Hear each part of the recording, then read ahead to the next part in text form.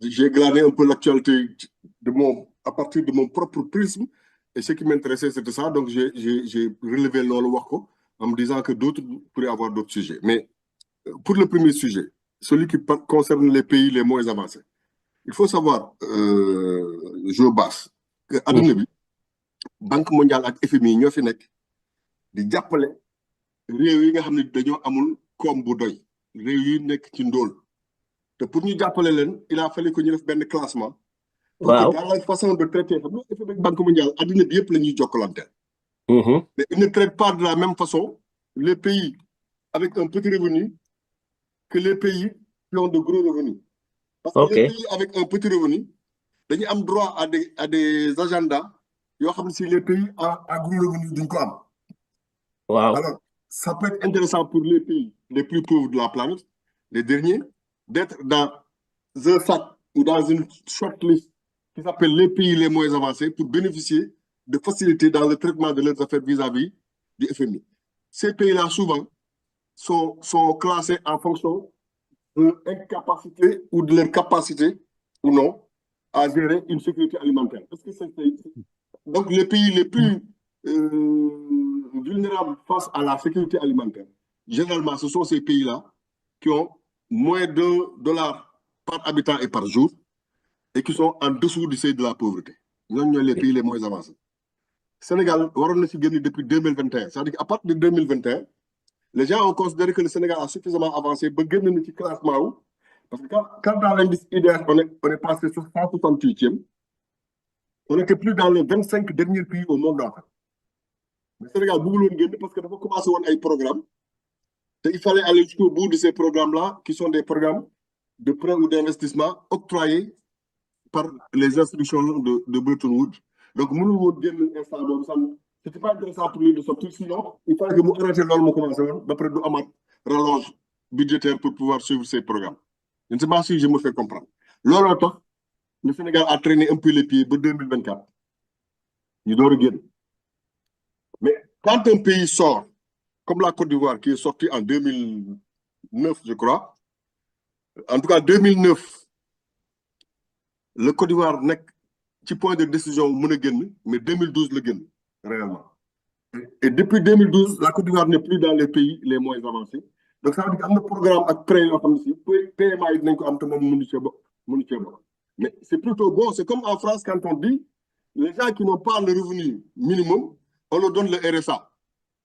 Mais ceux qui sont au-dessus de ce plafond ne touchent pas le RSA, ils vivent quand même. Mais si beaucoup de gens situation, quand ils sont dans une situation intermédiaire, parce qu'ils vont perdre les droits au RSA et ils n'auront pas suffisamment de sous pour pouvoir fonctionner correctement. Si je ramène ça au pays, le Sénégal est sorti des paiements. C'est positif. Mais ça veut dire quoi? Ça veut dire qu'au moins depuis une décennie en moins, les gens ont constaté que le Sénégal a progressé sur son développement. Il a progressé. Même si par ben point là, sur son indice de développement humain, il a progressé. Et surtout, la sécurité alimentaire. C'est-à-dire qu'il y a moins de pauvres d'année en année. Et c'est ça qui fait qu'un pays, au bout d'une progression de 10 ans à peu près, de deux quinquennats, nous avons gagné qui PMI. Donc ça veut dire quoi? Ça veut dire que les 10 dernières années, le Sénégal a progressé. Après ça, on peut discuter parce que du point de vue de PASTEF, le Sénégal qu'ils ont trouvé est un Sénégal en ruine. Donc en théorie, le Sénégal ne devrait pas sortir des PMI. Là, on a besoin de voir sur ce premier sujet. Sur le deuxième sujet, et deuxième sujet, le Sénégal gagne le PMA, mais gagne le PPTE, pays pauvre, très endetté. Initiative PPTE, dans cette initiative-là, il y a encore le Sénégal. Or, nous avons vocation après le PMA à sortir de PPTE pour être vraiment un pays en transition vers le développement. C'est ça les étapes pour sortir de la pauvreté réellement et dire qu'un pays va aller vers le développement. Initiative, je pense que le Sénégal a les moyens, si la croissance continue, pendant encore un quinquennat ou deux, pour que le Sénégal gagne du PPTE, on peut l'espérer. D'autant plus qu'on a de la ressource additionnelle. Bon, le Sénégal a pétrole, maintenant il y a du pétrole et du gaz. Ça peut être des ressources additionnelles favorables. OK? Donc, j'espère que le Sénégal va gagner PPTE, parce que le Sénégal développé au moins, et que ça, c'est la marche forcée pour qu'on y arrive. Et c'est pour ça que j'ai pensé que l'OL, c'était suffisamment important pour qu'on en parle. La deuxième chose que j'ai mise sur la table, c'est la dette. Parce que si on a une dette, je me souviens encore de Mantel et de.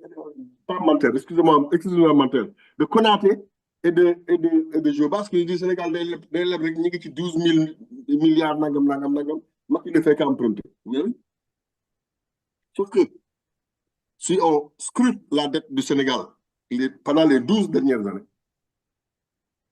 je ne suis pas là pour défendre Macky Sall. Je veux que ce soit clair, parce que je suis Macky Sall. Je crois. Mais dans les 12 dernières années, si on scrute bien la dette du Sénégal, la dette de amoncelé où, 12 000 milliards de francs CFA. Ils sont devenus ça, d'après les chiffres de son cours, 16 000 milliards. D'accord?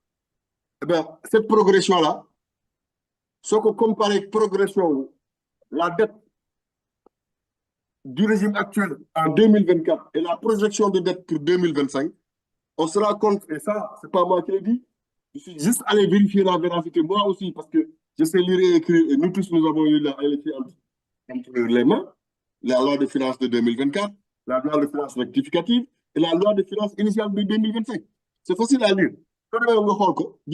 Effectivement, le Sénégal projette de s'endetter à concurrence de 5 000 milliards de francs CFA pour 2025. Alors qu'en 2024, rien qu'en 2024, ils ont fait l'équivalent de 4 500 ou 4 600. Soit pour les Niari, on est autour de 5 000, un peu plus de 5 000. D'accord? Ça fait environ 9 000 milliards de francs de dette. Yo xam ci Sénégal am na ko nar na ko am en 2 ans amagu ko parce que 2025 jeexagul li may wax ni c'est 2024 épuisé et la projection de 2025 parce qu'ils ont prévu, ils l'ont écrit de s'endetter à hauteur de 5 000 milliards. Donc 5 000 ou 4 500, hein? Nous 5 000, c'est 4 500 deux fois ou c'est 4 000 et 5 000.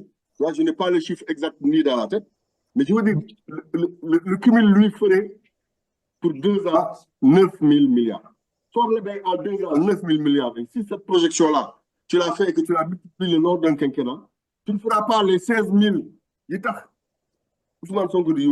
mais tu feras 23 000 milliards. Voilà ce que je veux dire. Mais moi, en disant que ça fait 23 000 milliards, je ne suis pas choqué. Je ne suis pas choqué parce qu'on vient de parler de PMA et de PPTE. Ça veut dire quoi? Ça veut dire que quand on sort de l'initiative PMA, on a réglé l'histoire de qu'est-ce qu'on mange. Mais quand on sort de l'initiative PPTE, ça veut dire qu'on a réglé le problème de la dette. On a réussi à se mettre dans une situation de dette soutenable. Ça ne veut pas dire qu'il y a un dette. Mais ça veut dire que ta dette est soutenable au vu de ce que tu espères avoir comme ressources additionnelles ou comme ressources budgétaires pour faire face au service de la dette. Le service de la dette, moi, les gars, chaque année, ci li Sénégal di am ci koom-koom wala li ngay fay chaque mois ndax service de la dette bi di ko génne chaque mois mais voilà ce service de la dette là il était tellement important que le gouvernement d'Avansou Bousquier a fait une estimation et l'a mis dans le budget. Ñu ne ko da ngeen di tricher, votre budget n'est pas bon, il n'est pas de 7 000 euros, 2 000 c'est le service de la dette, vous ne devez pas l'inclure.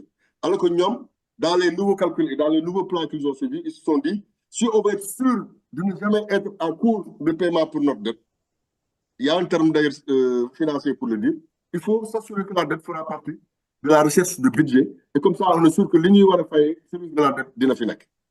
Voilà, j'espère que ce que je dis est à peu près clair et que y a à boire et à manger, chacun peut penser ce qu'il veut. Moi, ce que je dis, c'est que le Sénégal est dans une bonne trajectoire et que cette trajectoire-là, on peut la maintenir en associant tout le monde, en évitant la guerre, en évitant les rouleaux et en se mettant résolument sur le curseur qui nous mène vers le développement et nulle part ailleurs.